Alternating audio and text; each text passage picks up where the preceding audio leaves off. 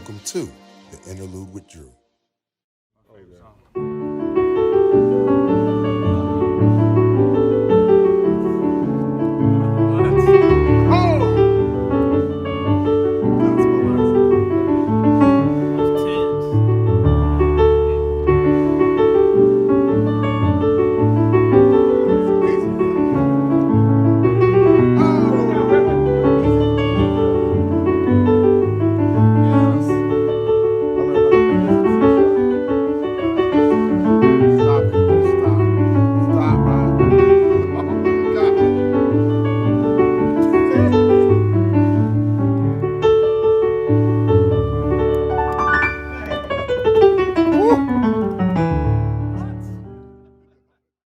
What's going on, everybody? This is Andrew McCain. Welcome back to another episode of the Interlude with Drew. Today, I have a very special guest. Now, all of my guests are special, but this is definitely a big moment for me. This is a legend, all right? A legend, the legendary Rodney East, super producer, amazing keyboard player, organist, and man, his credits go on and on. But bro, thank you so much. How are you, man? And I'm glad to be a part, man. Glad to be here, man. I'm honored that you would give me the opportunity and the chance to come on your show, man. Far from a legend, man. I'm just trying to play my part in this whole thing that God got us in life, man. That's all, man. I hear you, man. But in everybody's book, you're definitely a legend, man. I appreciate that, man. Yes, sir. What have you been working on lately? Oh wow, been working on a few things right now. I'm working on a project, working on Yolanda Adams. She's getting ready, preparing her release. Well, we're still in the process of recording her album. I'm working on that, and I'm working on a couple of projects here at home. Got some things that I got cooking for overseas. Got some live recordings I'm about to embark on over there. So I'm excited about all of that. So God has, been opening doors and keeping doors open, man, and building relationships, man. And I thank him for it, So. Absolutely. That's amazing, man. So I talked about, you having like a decorated history. You've been working for a long time, but let's take it back to the beginning. So you were born in and grew up in the Chicago area, which we know is like known for a heavy influence of gospel music. As a matter of fact, I believe that's where gospel started. So what was it like growing up in that area? Well, it was definitely a blessing, my mom and my dad, growing up in church, my dad has been a pastor all my life. My mom, she was singing in the church, so it wasn't nothing, just wake up in the morning at the house, listening to some Edward Hawkins or Walter Hawkins. Yes, sir. Thompson Community Singers, Milton Bronson. Just all of those, my mom had made that available to me, and my sister. So, I thank God for getting that foundation of music, gospel music, as we all know it. Chicago is definitely known for, its history of gospel. Yes, sir. Yes, sir. So when did you first get started playing the piano or the organ? 7 years old. So of course, I started off on drums. Oh, right. Yeah. Everybody starts off on beating on something, but I started off on drums. And it was initially my two older sisters that were taking piano lessons from Cynthia Nunn. I don't know if you know who Cynthia Nunn is, but she's an amazing songwriter, pianist, and, singer in her own right. But she was giving my two older sisters piano lessons, and I would drive with my mom over there, and it all started off a midnight musical. My mom took us, me and my two older sisters, to this midnight musical, and this one song just got stuck in my head. So of course, when my sister's taking lessons, when we got back home from that midnight musical, we had an upright piano in our house. So everybody was getting ready for bed, and I came home and I went right to the piano and started playing that song. So that's how that all started. So, my mom took me and, let Cynthia Nunn know. And so it just kind of birthed from there. So, That's incredible. So it's definitely a natural God-given gift, because imagine you're at a concert, you just come home and randomly start playing for the first time. That's amazing. Randomly start playing. So and it wasn't like picking at the piano. I was playing full chord. So it's kind of it was kind of crazy. My mom didn't know what was going on. She was crying. But she was thankful about the whole thing. She prayed over me. Her and my dad prayed. God's anointing on me, man, and it's just built from there. That's incredible. That's incredible. It's interesting how many musicians in church have a similar story where they just heard a song and just kind of started playing along. That's actually how I started, like listening to a tape in the car and just playing along with that on a toy piano. And so many other people I've talked to have said that they just like were put in a position where they had to play, and then God gave them the ability. So that's amazing to hear that that's how it started. Now, I know a lot of people, when they hear you play, they just automatically assume that you have a classical background. But I've heard you say that that's not the case. Where do you think you get that kind of that feel from? Because it really sounds like you studied for years in classical training. I've always been a fan of classical music. Classical music and country music. People don't know. I love those two genres. Okay. Classical music, of course, Bach, Beethoven, all of that. Yes, sir. I listen to all types of music, all types of genres. I'm always open to that. But there's something about classical music, man, that it brings a certain feel and a different approach. Absolutely. Those guys was before their time. With the stuff they were playing back then. But yeah, I haven't had any classical training. I haven't had any real musical training. Like I don't know how to read music. And I'm really pressing toward that mark as far as trying to get myself to get some classes and learn how to read music. But classical music has always been a love of mine. From day one. Oh, that's great, man. But hey, you made it this far, and you're amazing without classical training. So hey, Well, I'm still working on it. I'm still working on some things. So yeah. So you grew up in the Church of God in Christ, and I've heard you talk about how one of your main influences early on was Ed Showers. Talk about the impact that he had on your life and how that like pushed you as a young musician. Ed Showers, huge impact on my life. I mean, hearing him play, and just having the opportunity to sit up under him and just watch him and soak in all I can. Today's generation is different. You got YouTube, you can pull Yeah. up any and everybody. Oh yeah. But back in my day, there was no YouTube. If you wanted to hear something, you had to either buy it from the store, or you had to either go to wherever that person was playing. Absolutely. So I had the privilege of being under one of the most amazing organists that I know, that I consider the most amazing gifted organist that I know, Edward Showers. So, that was a blessing in itself, just sitting on the side and hearing and soaking and watching all of that.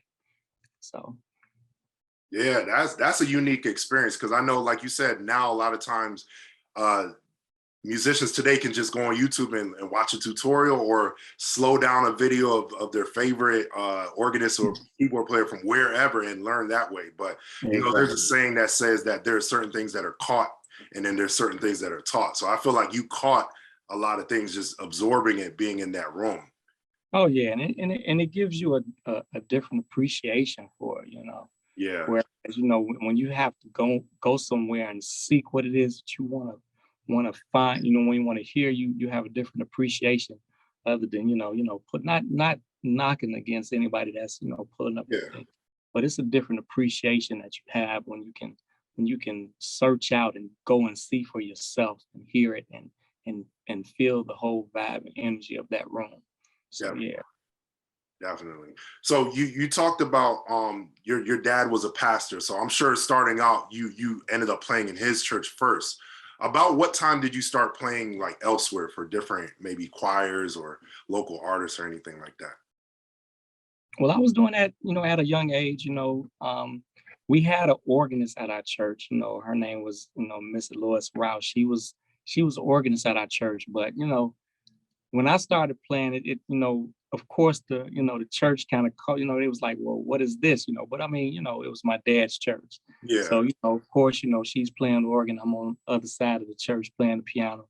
Sooner or later, I ended up on the other side playing the organ. So, Oh, okay. so it kind of happened like that. But as far as like playing for other people locally, people would call and inquire, want me to come and play. Of course, I wasn't old enough to drive anywhere yet. So, Yeah, right, my right. my Yeah. mom was like the manager, my transportation, my back in the day Uber driver. She was there for everything. She handled everything business wise. She was like, well, you want my son to come and play, you have to give a little honorarium. She was taking care of all of that business for me.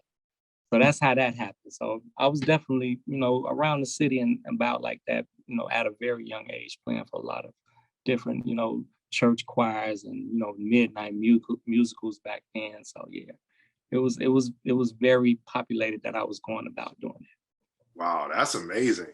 So we talked earlier about like you growing up in the Church of God in Christ. So and in the Chicago area. So around that time, there were other musicians that were, I believe, around your age, maybe a little older, a little younger, but they all grew up to be like household name musicians, such as like Calvin Rogers, Jason Tyson, Maurice Fitzgerald.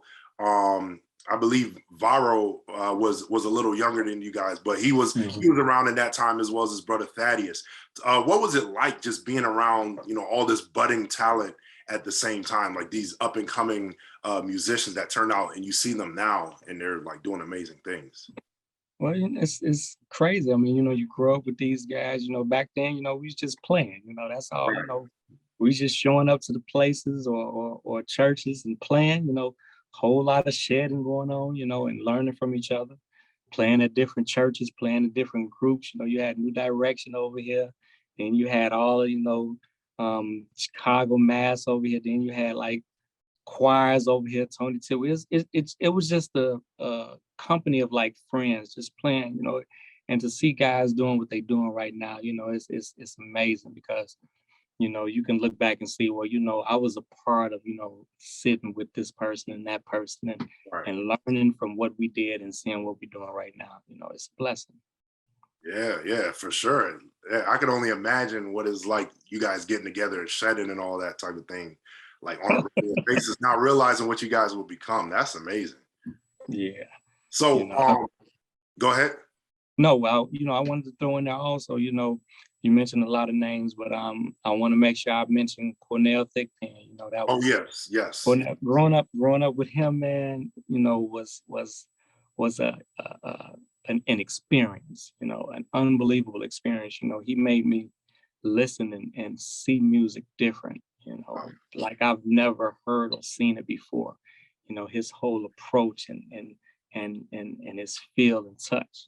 Yeah. So I wanted to make sure I threw Cornell Thickpen because he was definitely an inspiration to me growing up also, along with those other guys. Absolutely. May God rest his soul. Yeah. I remember seeing like early videos of you guys together just playing, man. It was really, really incredible. So to hear that he inspired like your way of thinking, that's really inspiring. Huge inspiration, man. Yes, sir. So another legend that we know today that was around in that time was Percy Beatty and his brother Ray Beatty. So I know that you were playing for local choirs and everything like that for a while, but then you had an opportunity later on to play on your first live recording. Can you talk about that? My first major live recording was back in 1994, I believe.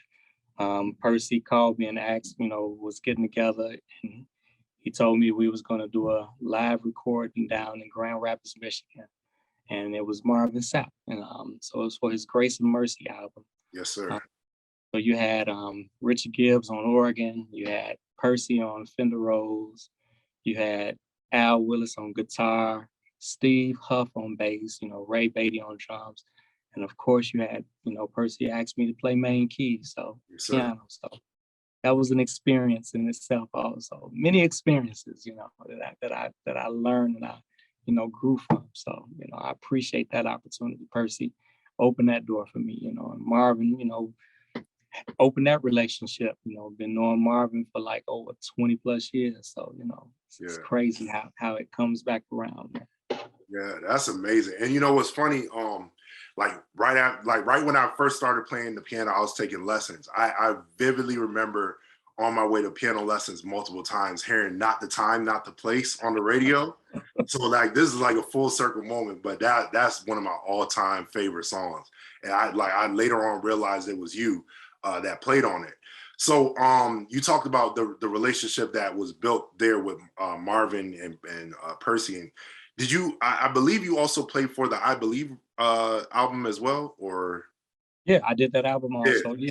So Okay, it was a lot of connections throughout that whole thing, even, way before, Aaron Lindsay came along and produced all of these other great albums for Marvin. But I was honored to play on that album with the I Believe, that album also. So it stretched out throughout that time right there also. So yes, sir. And yeah, that one came out about '02, and I think that was like one of my very first actual CDs, like moving on from tapes. So yeah, that that record definitely has a special place in my heart as well. So you were starting to gain some notoriety after that album, and people I'm sure outside of Chicago starting to know your name. Did that kind of springboard you into more calls elsewhere? yeah, it did. But what's crazy is that, I was, even before I did the Grace and Mercy album, I was traveling real heavy with Lavonia Whitley with the National Church of God in Christ. So, that thing kind of like pushed a lot of um networking and everything too. Right. Getting a chance to play with all of the artists that would come down through Memphis. You had Shirley Caesar, you had the Williams singers. The list goes on. So being able to be introduced into that whole factor. Just from church alone.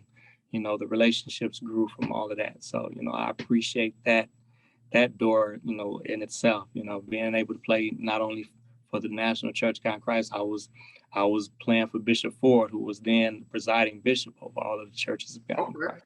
Okay. Yeah. Oh, that's really amazing. So a lot of musicians aspire to play for live recordings and do that type of thing. What can you talk about the preparation for a live recording versus like a tour? Because with a tour, you kind of have like a set list, maybe a lot of songs, but you're doing them over and over again. A live recording, especially back in that time, you're trying to get it like that night. You're trying to make sure that you capture everything and do it right the first time. So what is that like? Well, what I learned, and it stuck with me then, and it sticks with me to this day. Preparing for a live album, I also, prepare for tour, that same way. Preparing for a live album, of course, you plan these songs, you want to make sure you execute everything. But in rehearsals, preparing for a live album, my approach is anything that I'm playing, you're gonna hear it each and every time. So there is no different in inflections or anything. Something is thrown off, or I'm feeling some type of way Yeah, this rehearsal. But I make sure I play it the same way so that when it comes down to nailing that recording, it's all mapped out. I know exactly where I'm going with each song. Same way as tour. When we're going out on tour, of course, you're rehearsing for, whether it be months at a time. You plan this whole set, whether it be a 2.5 hour or 2 hour, whatever kind of show. No matter what the song is, you plan the song as it is from off the album, or whatever type of, changes or arrangements are made, you plan it that way every night. right. And to make sure that you don't get bored in it, you just got to kind of program yourself that I'm playing this thing the same way Yeah. every night and changes. Because at the end of the day, and this is something that I learned, from R. Kelly, when people are on their way to see this, whatever artist, whoever, particularly him, they're in the car listening to their music. Yeah. So Yeah. when they get to that arena, they want to hear exactly what they heard in that car on that stage. Yeah. So playing exactly what it is that on that song, on that music, it's just not me playing. Of course my vibe and my whole touch is playing, but I'm playing their music. So Right. I want to make sure I respect the music, whether it be on tour or whether it be on this live recording. You know, that's how I make sure I approach either or. That's great advice. Respect the music. So that means like, because I know we have the temptation to want to change, especially if you're playing it over and over and over. Oh, yeah, So, yeah. You find yourself getting bored, but you gotta. This is what they're paying you to do. They're paying you to play their music, right. not to play what you feel it need to be added or been putting in some sus chords. You know, especially with R&B. You know, R&B tour. You know, it people find themselves getting bored. You know, playing 2 and 3 chords, but that's the song. That's You what know, it is. it didn't call for no drops or no diminished or no flat fives. It's 3 chords. That's all. Yeah. That's all he asks about. So Yeah. yeah. Yeah, that's great advice. So you mentioned R. Kelly. So I believe Percy Beatty was also instrumental in that connection. Can you talk about how you got started playing for R. Kelly? I was actually overseas with Elder Willie James Campbell. Okay. He was doing a revival out in London, and I kept getting these calls. You know, I think back then we had the two-way pages. I don't know if you're familiar with those. Yeah, But yeah. I had the Motorola two-way page, and I kept getting these messages saying, you know, R. Kelly is looking for you. I was like, what is all this? So when I got back into the States after that, Percy had talked to me and said that, you know, because Percy was about to go and do a tour with Kirk Franklin. I forgot that tour. But Rob had asked Percy, you know, he needed somebody to sit in that main seat for him. And Percy was like, hey, you know, my little brother Rodney East, you know, he'll be able to sit in that seat. And that's how that all came about. Wow. So that built from there. Okay. So shortly after that, you started touring with him. What was there a big shift in like your approach, being, you know, mostly coming from gospel now to like a totally different setting, you know, a different type of music? What was that change like? Well, it was a huge change because, of course, you know, me coming from church and then, you know, I'm playing. This was my first R&B tour. Right. Major R&B tour with a major R&B artist. So Yeah. it was so funny because, you know, me being the pastor's son, Yeah. you know, trying to explain to my mom and my dad, you know, what I'm about to do. You know, I have to make sure I approached it a different way. You know, I'm telling my mom, well, you know, I'm about to go do this tour. You know, this 8 or 9 month tour, I'm gonna be gone from home, you know, with this artist R. Kelly. And they were like, well, you know, who is R. Kelly? I'm throwing them, you know, I believe I can fly, you know, I wish, you know, trading my life. You know, I had to throw them songs out of first. So, you know, it's just funny how that all came about. But the transition, you know, I consider myself to be disciplined enough to, you know, to sit in that seat. And, you know, with that being said, you know, I've sat in that seat from that day, you know, until then, you know, and still sit in that seat, you know, whenever, whatever. But, you know, and built relationships off of that, even with that, you know, because I was trusted in that seat. So, you know, it comes with a lot of trust and you gotta know the job and be able to execute the job. You know, you can it's not about separating, you know, church from the world for R&B because, you know, once you get on that stage, you know, it's you that playing, you know, it's all about how you're conducting yourself in that seat. You know, just because I'm out there playing, you know, a R&B tour doesn't take away any of my roots, my church roots, you know, me growing up, anything that my mom and my dad taught me. So, you know, the transition was just, you know, it's just a different stage for me, man. That's all it is. Yeah. Stage. Yeah, because that's a good point. A lot of times people will transition over on that side and start acting like totally different because of the scene and everything like that. But you know, the man, way how you're they approaching wild out, man. They guys, you know, just kind of like, you know, get out there and, you know, sometimes it's hard to pull them back in. You know, but, you know, my mom and my dad, you know, I honor them the most, you know, as far as how they brought me up. So, you know, I would never disrespect their name out there because that's who I'm representing, you know. Absolutely. Yeah, that's really good. So that opportunity, now you're on like a whole different stage, a whole different platform, led to a lot of other opportunities within that realm, like as far as like Jamie Foxx and Sierra, and you got like some #1 hits and like million or platinum hits. Can you talk about like how that led to other opportunities as well? Well, being with Rob during that time, led through a whole bunch of other connections and network because, not only was he putting out, you know, #1 songs and everything and albums, but he was also getting called to write for others. And the thing with Rob is not only did he, have me on tour, with him, but he also gave me the opportunity to work in the studio with him. He put me on salary, so when tour was over, I was working pretty much year round for him. Oh wow. So that was another opportunity. And with that came, working with all of the artists that he was working with, whether it be Sierra, B2K, Jay-Z, Whitney Houston, Yeah. um, the Isley Brothers, Wow. of course, the Jamie Foxx situation came about. Lil Tony Russell, he had threw my name out there because Jamie Foxx was going out on tour back in 2007, and they were looking for an MD. And Tony Russell threw my name and let them know, well, Rodney East, he'll be perfect guy to come out here. So that's how that opportunity happened with Jamie Foxx. I was able to build that relationship with him. So Wow. Yeah, so it's like one thing leads to another because of the great work that you do with one, like your name, people start mentioning your name. That's amazing.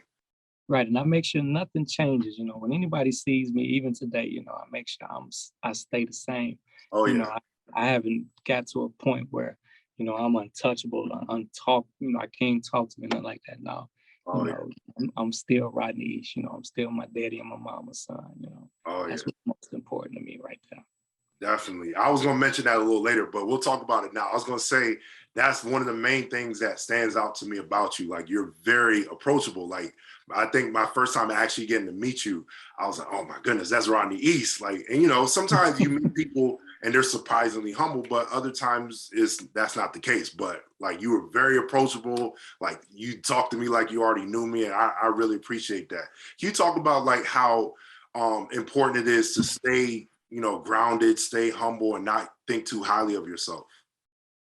Well, man, let me tell you something. We all in this world together, man. At the end of the day, God has given me this gift, That's it. and He can take it away at any given time. And I don't never want to take it for granted, the gift that He has given me. We all on borrowed time. I hate, the classic saying, life is short, Yeah. and throughout this life, we meet many people. I've met many, many people, people that I may not know their names or I may recognize their face, but we've all met people throughout this life, and I never want to get to the point where where I feel like I've made it or I've arrived. Mhm. 'Cause just as I think that I've arrived, God will be like, well, let me take you somewhere where you can think about some things. Right. Yeah. Take away all of this stuff. That the gift especially, the most important thing to me, Andrew, is that I don't want to ever be able to get to the point where I can sit at a keyboard and I don't feel his presence, you Man. know. And that goes with any stage that I sit on, man, any platform that I'm sitting on, I always want to make sure that he playing through me no matter what I'm playing because music is music, you Yes, know sir. despite, whatever kind of lyrics or anything you throw in or what kind of beat you throw in, music is music. But, I want to make sure that I stay the same, humble, approachable. Anybody can talk to me. I'm never too busy, never feeling like I've learned everything. I'm always still learning, man. So, Yes, sir. because there's prodigies that's growing up right now Oh that yeah. can play circles around, but I'm learning from them because it's a whole nother. I can't sit in this seat forever, you know. Mhm. Things that I learned, I have to pass it on to somebody else. And Yeah. hopefully they pass it on the same way as I pass and not arrogantly, where they feel like, where they feel like they hurt because, you know, they met me and they was like, well, man, you know, and then it's hard to hear me when Yeah. you meet a person like that. You know, Yep. I've dealt with that before, but you know, where I feel like, you know, I've met somebody and then I'm like, you know, man, you know, it's like that. And then it's like hard to hear that person after that. You know, Mhm. so I want to make sure that never happens to me, man. You know, so yeah. Definitely. Yeah, that's really good because like you said, sometimes you meet people that you were so excited to meet that after that you're like, and every time they come up on social media, you're just like, no, I can't look at you the same. So I'm glad that's not my testimony with you, man. Like it just I'm enhanced glad everything. too. I'm glad too. Yes, sir. Yes, sir. So the time that I met you in person was in Hartford at the Powell's Church at Latter Rain. But the first time I saw you in person was a few years back. You were playing for Yolanda Adams, who is a gospel legend, one of the greatest ever, and still to this day is incredible. You talked about how you're working with her now. How did that relationship begin? Wow. It's funny how that thing started. I was actually a sub.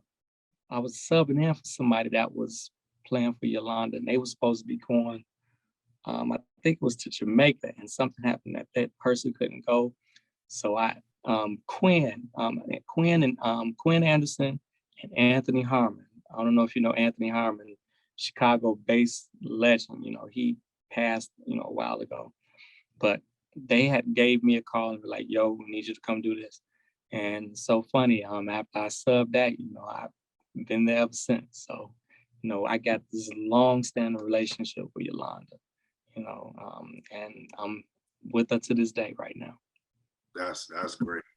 That's really great. So, like I said, she's one of the greatest in gospel, and being that you are, playing with her on a regular basis, you get to back her up a lot.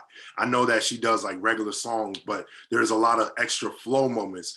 What is your approach on like following a singer? Because anybody that follows you on social media sees that you're the best, the absolute master at it. I try to do it sometimes, but we can't ever do it like Rodney East. So, what is your thought process in the moment, and then when you're making a video to someone singing a cappella?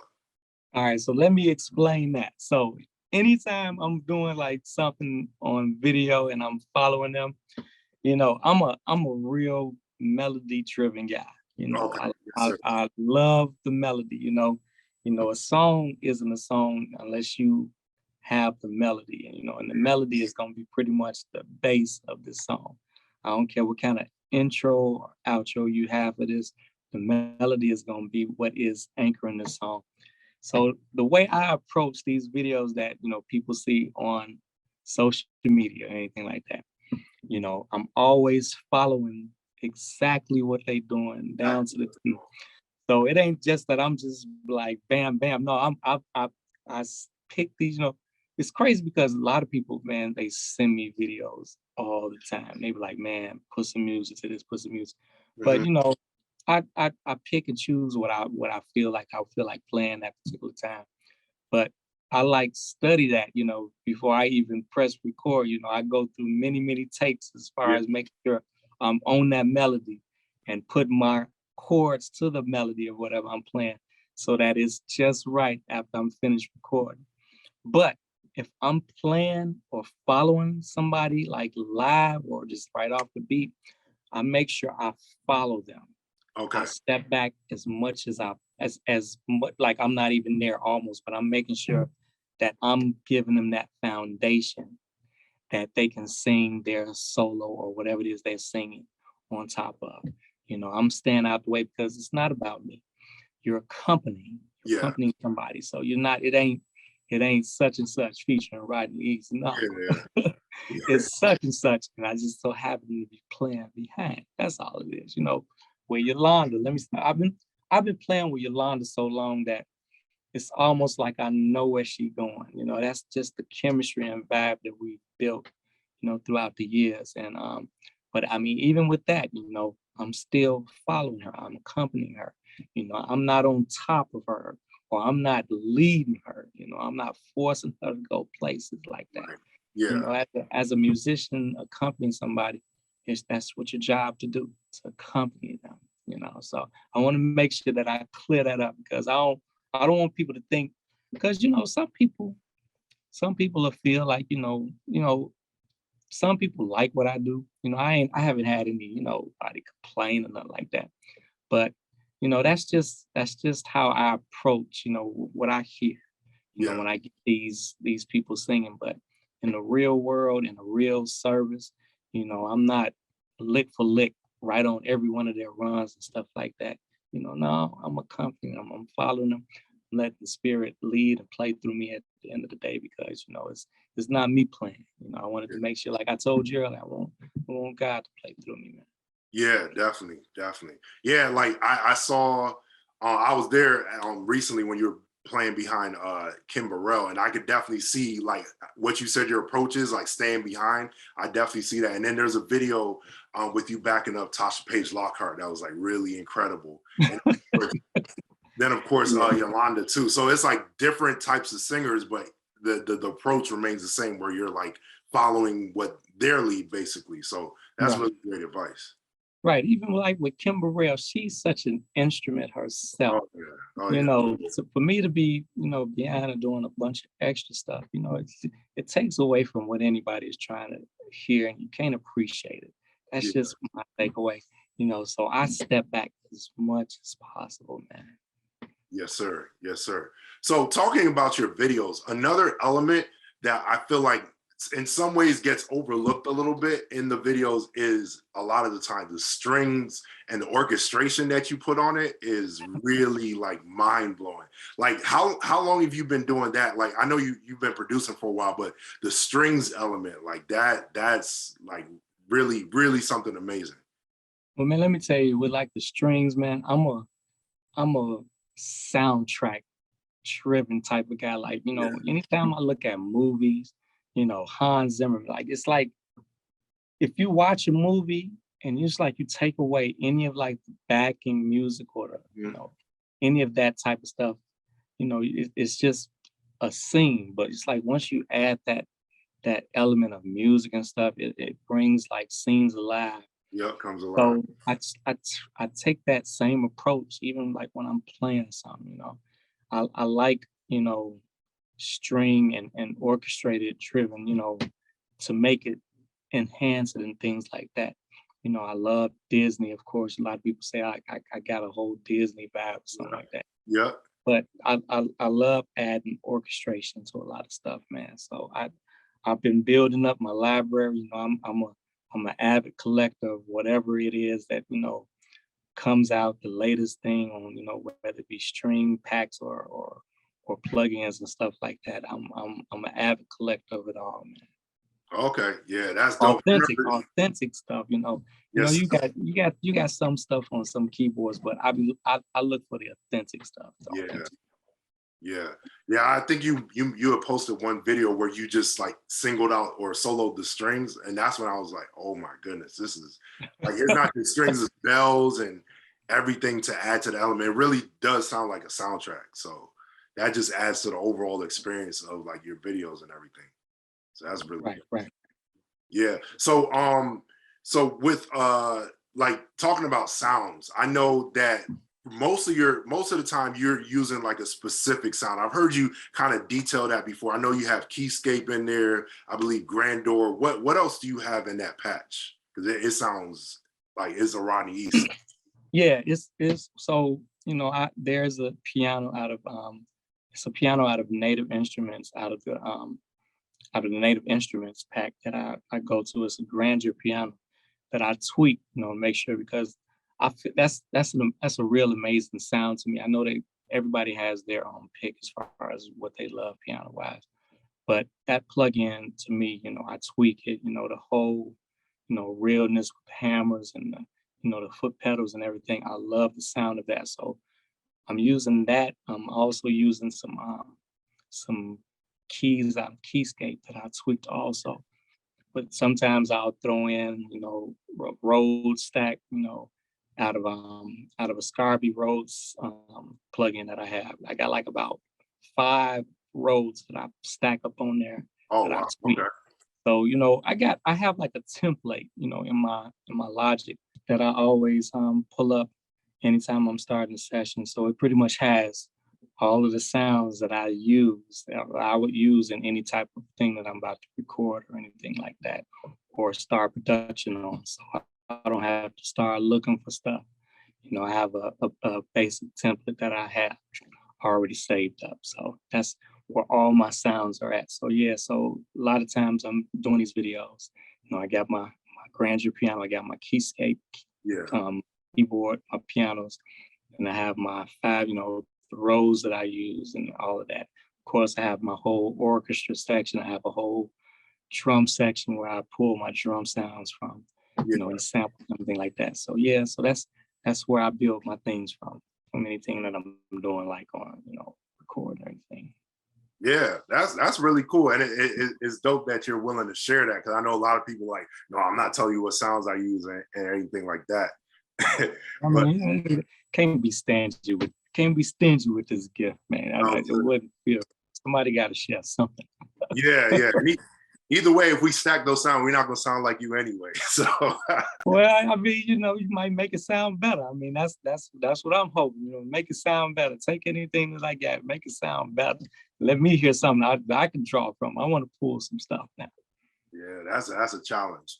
But every time that we hear you, like, no matter what, even though you know it, you definitely know how to play your part, and you always do. But like when we hear you, you can just listen and be like, that's Rodney East. That's Rodney East. I can only think of one person that's kind of similar, but they have their own sound as well, which is Jason Tyson. And with the information age that we were talking about, with young musicians coming up with YouTube at their disposal and Instagram, where they can see all of their favorite, whether you're a drummer, you can hear all your favorite drummers, keyboard player, you can hear all their favorite keyboard players, so on and so forth.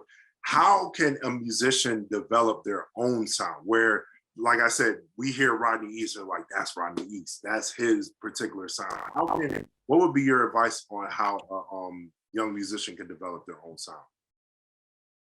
Well, I thank God, you know, for my own, you know, if you want to call it that, my own sound. You know, people say, you know, but you know, I mean, from me growing up, you know, listening from an Ed Showers, you know, to a Cornell Thickpen, you know, to a Bruce Hornsby. You know, I fell in love with Bruce Hornsby and his whole touch. You know, just keeping my mind open to everything, but still staying true to how I feel, you know, and what I play and what I pour out. You know, putting all that together, because that's how you create your sound. You know, nobody can be better at being you than you. You know, because you know a lot of guys say, you know, well, you know, if we want a guy to sound like, you know, Rodney's, why don't we go out and hire Rodney's? You know, be and sit and, you know, work on your craft and your sound and your gift. You know, that's what I would tell any young guy. You know, it's cool to learn all of the jazz, all of the riffs, and know all of the runs. You know, start basic and just kind of like learn to play the song as it is, and then, you know, sit down and break it down, and you know, learn the parts. And, you know, once you get through doing all of that, you know, make it your own. You know, that's what I would tell guys. You know, I would tell them, you know, sit down and make the song your own. You know, it's cool to know, you know, well, I got this lick from this guy, or I got this run, or I got this movement from this guy. But take all of that and put it together and make it your own. You know, that's what I would tell a lot of young cats. You know, the young guys. Yeah, that's really great advice. I think based on what you're saying, it really comes down to, you know, getting that sound from God and definitely putting in the time to work on it, for sure, right? Oh, most definitely. And like you said, getting that sound from God, like, you know, because, you know, he gave each and every one of us a gift, you know. It's how you know, you work and you nurture that gift, and how you approach and how you know, receive and play that gift. So it's all on the person, on the individual. You know, I can sound like somebody else, you know, every day, but if I don't sound like me, then, you know, all I'm doing is, you know, you being a cover musician now. Yeah, So, yeah. I love how you said that, you know, earlier you were talking about how when you play, every time, no matter where you are, you want God to play through you, and you never want to not feel his presence when you're playing it. That's really great. Can you talk about how important a relationship with God is for a musician? It's very important. I couldn't stress that enough. Like, without him, you wouldn't have this gift or the opportunities that he presents for you, to open doors. It's very important to have a relationship, because the relationship with God, it keeps you grounded, and it keeps you humble. All the things that we talked about earlier, God keeps you at will at all of that, at bay. You won't find yourself, coming outside of who you supposed to be and what God created, because we all have a purpose and a destiny and a walk through this life. And, you want to make sure that you plan in his perfect will. Anytime that I sit at a keyboard, most people might not notice it because it probably come off, but anytime I sit at a keyboard or organ or anywhere, I make sure before I touch a note, I bow my head and I thank God for giving me the gift and the stage that I'm sitting on, and I let loose and make sure that, I'm not trying to give a show for me, wherever I'm at. I want to make sure, like I said, he's playing through me. So a relationship with God is very important, whether it be, anybody saying you got to be deep all the time, but, just make sure you honor God, at least for the gift, that he has given you, to do what it is you do, Yes, sir. I love that. That's really great, man. That's great. I hope everybody that's listening can take that to heart. Like, it's really about God at the end of the day.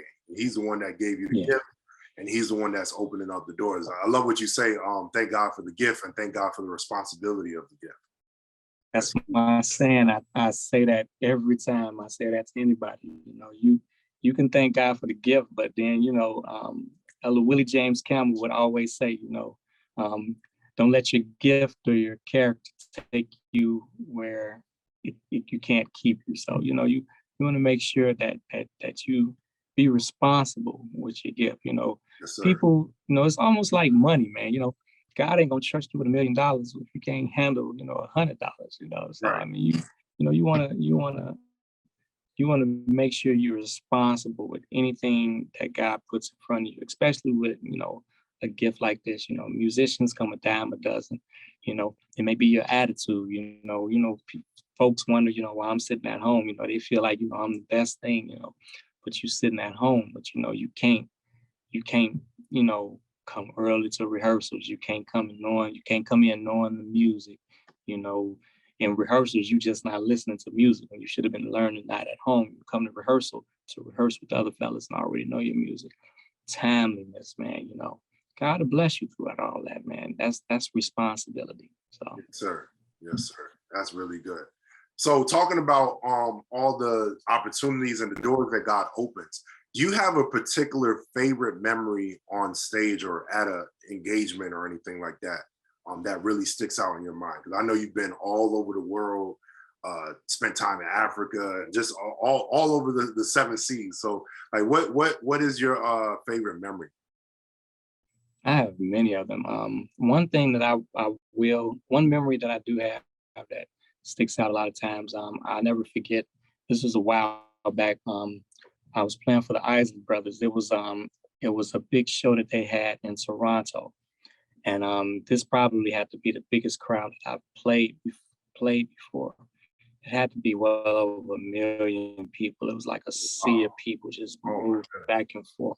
So, of course, Isley Brothers, everybody was opening up for the Rolling Stones. It was so crazy because while we was backstage, you heard when the Rolling Stones made their entrance. All of them, they all had a private jet. They flew over the whole park and landed somewhere back in the field and came. But me being on stage with an iconic group as the Isley Brothers, playing Shout, and the whole crowd just going crazy. That's a memory to me, man. That was crazy for me. So that's one memory that sticks out. So. Wow, I can only imagine 1 million people. My goodness, over 1 million people, man. It's like it looked like a sea of people as far as I can see, man. So wow. All right, so you also traveling to many different places. Do you have a favorite place to travel to? not I love every place that I've traveled. Like you said, I've traveled this world, almost 10 times over. My thing right now, which might sound crazy to some people, but you know, with the opportunities that I'm still getting, and the doors that I'm still, being able to walk through, my travels now, I want to make sure that I take, I like to take my wife with me a lot of times now, you know, where she can see and experience a lot of these places and everything that she may not have been. And of course, I'm, working on getting my kids their passports, Sure. where they can travel with me. And a lot of times, while they're young, and they can, be able to grow up and be like, well, my daddy took me here and there and stuff like that. Those are the opportunities that I'm working on and making happen now. So Yes, sir. And that leads to what I wanted to finish with. You are clearly a family man, a great husband, great dad. Talk about how important that is. And with having such a busy schedule, how intentional you have to be to make time to be present in their lives. well, the great thing about about me, I had a studio built down in the lower level of my home. So, which was a blessing because, this is my workplace. I don't have to go to another studio or anything, to work. I never had to work a 9 to 5, but I'm able to be here with my family. My wife doesn't have to work. God has blessed me to be able to do what it is that I love to do and, be compensated and paid for it, Yes. So, and then with that, my kids any given day can come down these stairs and come knock on the studio door and be like, Daddy, Yeah. hey, come on in, and making time for them is very important because you get to the point where time will get away and you want to spend time, but then you miss critical and pivotal moments in time which you should have spent with your family. And always, trying to make time doing this, even though this is what I do, family comes first, man. So that's why, I have them travel with me. Like I said, I'm working on having them travel with me a lot. While they're out of school and stuff like that. And my wife, making sure she comes with me everywhere. Because at the end of the day, that's all I got is my family, man. So, and God honors family. And I hope a lot of guys get that because God blesses, and honors those that honor their family. He loves that. So that's my main thing, Like I said, it's God, family, and music. If you look on any of my profiles in that order, that's what it In that is. order. God, family, and music. So Definitely. Yes, sir. Man, you are an incredible example, incredible man, incredible musician. And I just want to say thank you so much for taking out this time out of your busy schedule to do this interview. This blessed me for sure, man. Just to hear like where you're coming from, the experiences you had, the advice that you give. This is a blessing to me. I know everybody that's going to hear this is going to be blessed as well. and I appreciate you calling and having me do this, man. It's always an honor. Always an honor to share some information, man, because somebody shared it to me, man. It's 12 o'clock. Sorry about that. No, you Somebody shared it with me, and I would do it unjust if I didn't share with anybody else, man. It wouldn't be fair for me to keep all of that to myself, man. I can share with somebody else where they can share to somebody else, So that's what it is, man, being responsible over the gift, So like I said, I thank God for the gift and the responsibility of the gift. So that's where all of that comes in, that it all plays a part.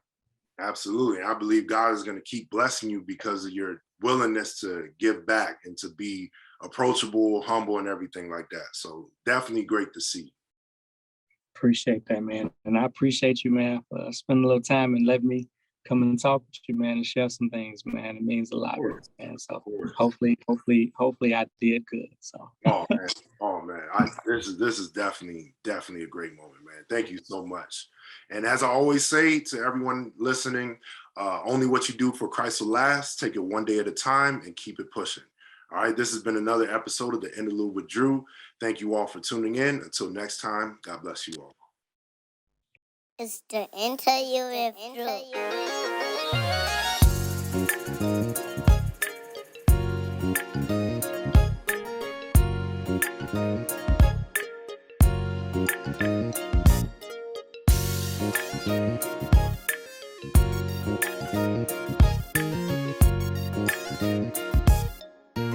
It's the Interlude with